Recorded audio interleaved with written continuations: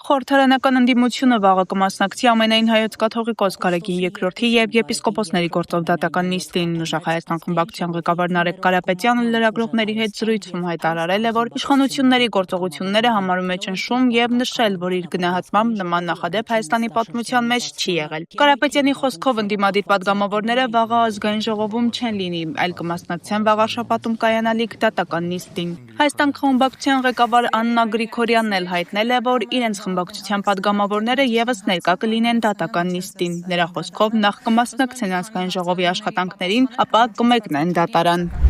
Վաղը ժամը 4-ին վաղարշաբաթի Էջմիածնի դատարանում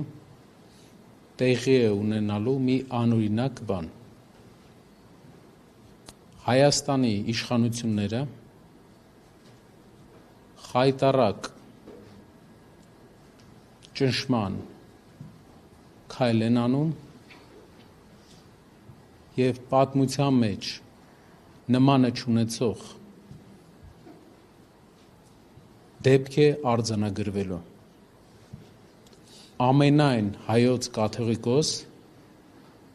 նորին Սուրբ Օծություն Տեր Գարեգին II կաթողիկոսը որպես մեղադրյալ հրավիրվել է դատարան։ Վաղը մենք ազգային ժողովում չենք լինի։ Մեր հայրենակիցների հետ մենք կլինենք վաղարշաբաթում ժամը 4-ին։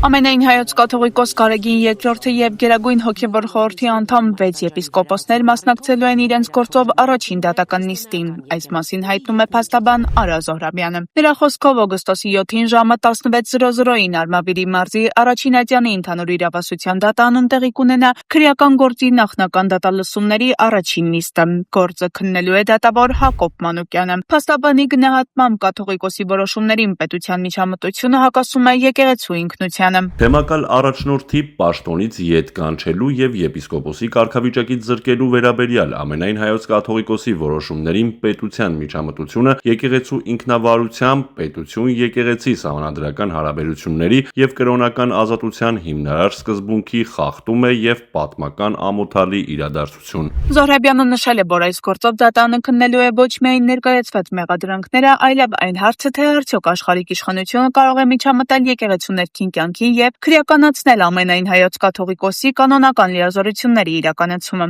Հիշեցնենք, կաթողիկոսի նկատմամբ քրեական հետապնդում է հարուցվել Մասյաց Հոթենհեմի նախկին առաջնորդ Արամ Սարոյանի հետ կապված դատական ակտի կատարումը խոչընդոտելու մեղադրանքով եւ նրա նկատմամբ կիրառվել է Հայաստանից դուրս գալու արգելքը։ Կառավարությունը նախատեսում է փոխել 3 նախարարության անվանում։ Օգոստոսի 6-ի նիստում չզեկուցվող հարցերի շարքում գործադիրն ընդունել է համապատասխան նախագծերը։ Առաջարկվող փոփոխություններով արտաքին գործերի նախարարությունը կվերանվանվի արտաքին գործերի եւ միջազգային առևտրի նախարարություն, բարձր տեխնոլոգիական արդյունաբերության նախարարությունը, բարձր տեխնոլոգիական արդյունաբերության եւ արհեստական բանական նախարարությունը, իսկ աշխատանքի եւ սոցիալական հարցերի նախարարությունը, աշխատանքի եւ բարեկեցության նախարարություն։ Նախագիծը մինչ կառավարության հաստատումը ներկայացվել էր հանրային քննարկման, որի ընթացքում հնչել էին մի շարք առաջարկություններ։ Մասնավորապես բարձր տեխնոլոգիական արդյունաբերության նախարարության անվան փոփոխության վերաբերյալ առաջարկվել էր շեշտադրել ռազմարդյունաբերության ուղղությունը։ Անվանափոխությունների համար անհրաժեշտ կլինեն մի շարք օրենսդրական փոփոխություններ եւ կառավարության առաջարկով ազգային ժողովը կգումարի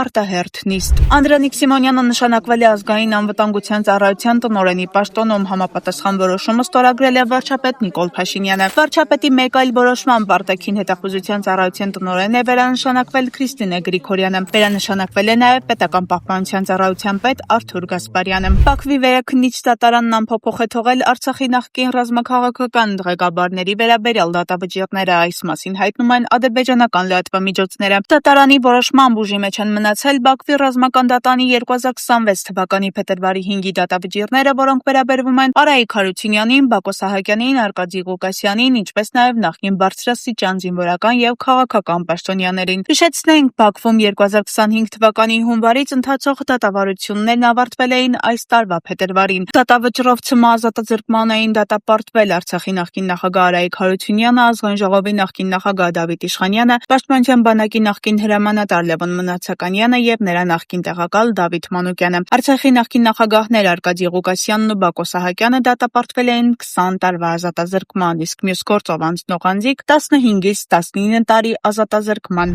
Հայաստանի էլեկտրական ցանցեր ընկերությունը դառնալու է պետական սեփականություն եւ կհանձնվի հավատարմագրային կառավարման։ Այս մասին կառավարության նիստում հայտարարել է վարչապետ Նիկոլ Փաշինյանը։ Վարչապետը չի հստակեցրել, թե որ կառույցին կամ անձին է հանձնվելու ընկերության հավատարմագրային կառավարումը։ ՀԵՑ-ի պետականացման գործընթացը մեկնարկել էր անցած տարի, երբ կառավարությունը որոշեց դադարեցնել ընկերության լիցենզիայի գործողությունը եւ նշանակել ժամանակավոր կառավարիչ։ ՀԵՑ-ի պարագայում մենք հայեցակարգային մակարդակում կողմնորոշվել ենք։ Դա լինելու է պետական սեփականություն, որը հանձնվելու է հավատարմագրված կառավարման։ Այս պարզ է, բայց արտադրական ձեռնարկություններ, որոնք կլինեն, ես չեմ կարծում, որ մենք դա պետքա պահենք կառավարման ներքո, որտեղ խնդիր կլինի։ Դա պետքա մենք թափանցիկ մրցույթներով մասնավորեցնենք անպայման։ Իհարկե կառավարության որոշակի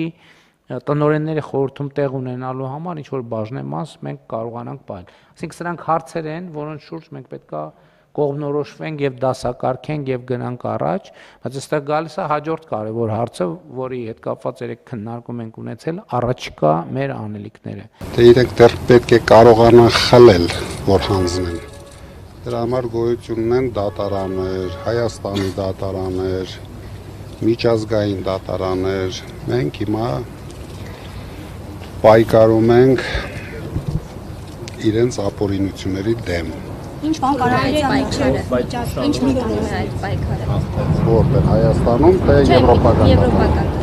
Եվրոպական դատարաններում քայլ-քայլ գնում ենք առաջ։ Հանրակրթական դպրոցներում ատեստավորում չհաղթահարած ուսուցիչները չպետք է շարունակեն աշխատել։ Այս մասին այսօր կառավարության նիստում հայտարարել է վարչապետ Նիկոլ Փաշինյանը։ Վարչապետը նշել է, որ այս տարվա ընդունելության քննությունների արդյունքները մտահոգիչ են, քանի որ անբավարար գնահատական ստացած դիմորդների թիվն անցած տարվա համեմատ զգալի աճել է։ Փաշինյանի խոսքով կրթական բարեփոխումների գործընթացում անընդհատ կոմպրոմիսների գնալու հետևանքով տուժում են երեխաները։ Նրա գնահատմամբ, եթե ուսուցիչը մի քանի անգամ չի հաղթահարում ատեստավորումը, ապա չպետք է շարունակի աշխատել դպրոցում։ Վարչապետը նաև ընդգծել է, որ այս հարցում անհրաժեշտ է կայացնել հստակ եւ վճռական որոշումներ։ Հեռուստատեսության եւ ռադիոյի հանձնաժողովը բարույթ է հարուցել Կենտրոն հեռուստաընկերության նկատմամբ։ Հանձնաժողովի գնահատմամբ հեռուստաընկերության լրատվական թողարկումներում նույն թեմայի լուսաբանումը կապված Գագիկ Ծառուկյանի բնակարանում եւ նրան առնչվող ընկերություններում իրականացվող խոզարկությունների ու ձերբակալությունների հետ գերազանցել է օրենքով սահմանված 25%-ի շեմը։ Կենտրոն հեռուստաընկերության գլխավոր տնօրեն Պետխայեմ Արաբյանը ներկայացրել է առարկություն, նշելով, որ խոսքը ոչ թե 1, այլ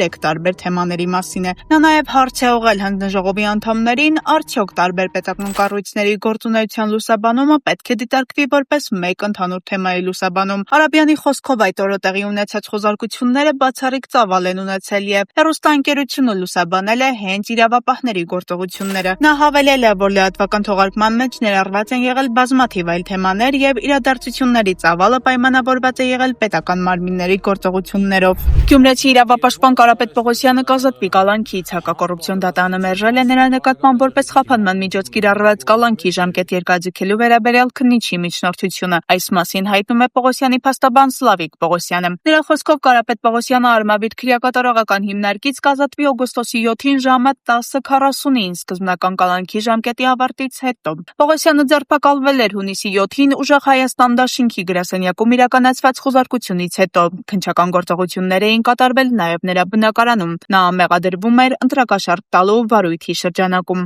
Վարչապետ Նիկոլ Փաշինյանը երկօրյա աշխատանքային այցով մեկնել է Ղրղստան։ Կառավարության հաղորդման վարչապետը տեղում կմասնակցի Եվրասիական միջկառավարական խորհրդի հերթական նիստին, որին մասնակցելու են նաև Ռուսաստանի, Բելարուսի, Ղազախստանի եւ Ղրղստանի կառավարությունների ղեկավարները։ Նիստի օրակարգում ընդգրկված էին Եվրասիական տնտեսական միության շրջանակում տնտեսական համագործակցության, փոխադարձ առևտրի, տրանսպորտի, մաքսային կարգավորումների եւ ինտեգրացիոն գործընթացներին առնչվող հարցեր, վարչապետի առանձին երկկողմ հանդիպումների վերաբերյալ առայժմ պաշտոնական տեղեկություններ չի հրապարակվել։